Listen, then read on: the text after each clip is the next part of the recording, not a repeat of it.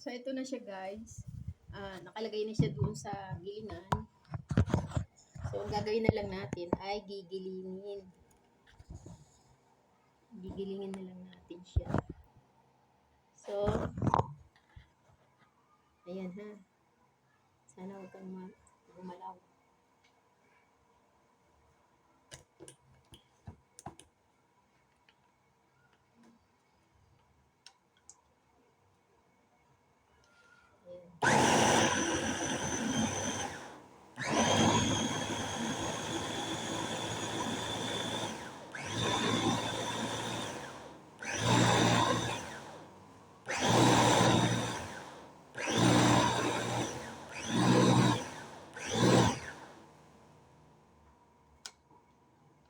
So,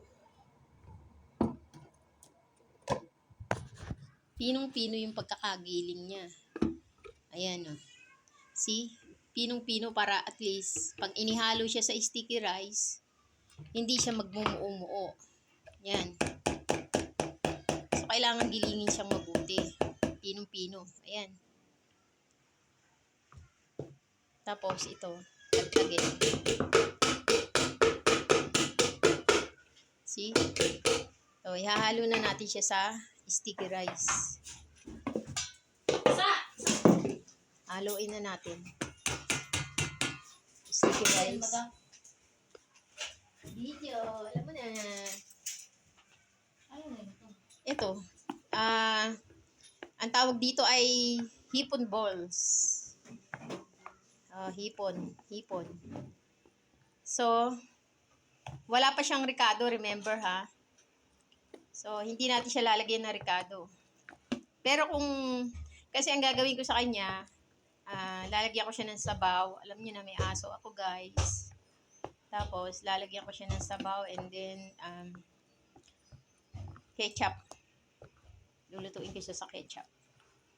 So, yung ricado, doon na natin ilalagay yung sa pagginisan na natin. Pero ngayon, ipiprito lang muna natin siya. So, walang ketchup. Sticky rice. Ayan. So, kaya lang guys, kulang harina. May harina ka ba? Wala. So, pwede na rin to. Kakapit na rin yung rito, yung breadcrumbs. Medyo malambot lang siya. Ayan. Ayan o. I-breadcrumbs ko. Pero, tas igigisa ko na lang siya sa sibuyas bawang. Lagyan ko ng ketchup. Ketchup, sabaw. Sinabawan na ketchup lang. Sinabawan. O, pwede rin lagyan ng konting peche bagyo. Ano ka lang? Ayan. Diba? Ayan. Lulutuin ko to. Dadala kita doon, Mia, ha?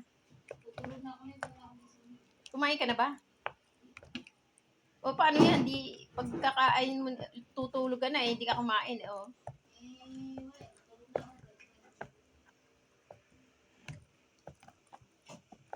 Ganun talaga, nag-upload ako ng ko eh.